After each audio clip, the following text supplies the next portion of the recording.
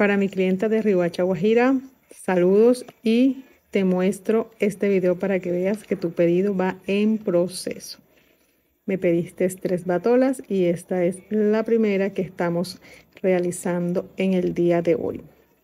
Para los demás futuros clientes les recuerdo que estoy en Maica, Guajira, Colombia, que hago envíos a todo el país y que estas batolas son súper amplias, son frescas, son cómodas, se pueden realizar en el color que tú desees, que escojas, y que además estas batolas le quedan a una persona talla S hasta una 3 o 4 XL, la misma bata. No hay que cambiar por otra talla. La misma batola le queda a una persona talla S como a una 4XL porque ella es súper amplia, ella cae, no se va a ver de pronto una persona delgada ahí dentro de ella como englobada, no, para nada, porque tengo una tela fresca que cae el rayón. Así que mi gente, ya saben, en Jusayuclán encuentras estas batolas.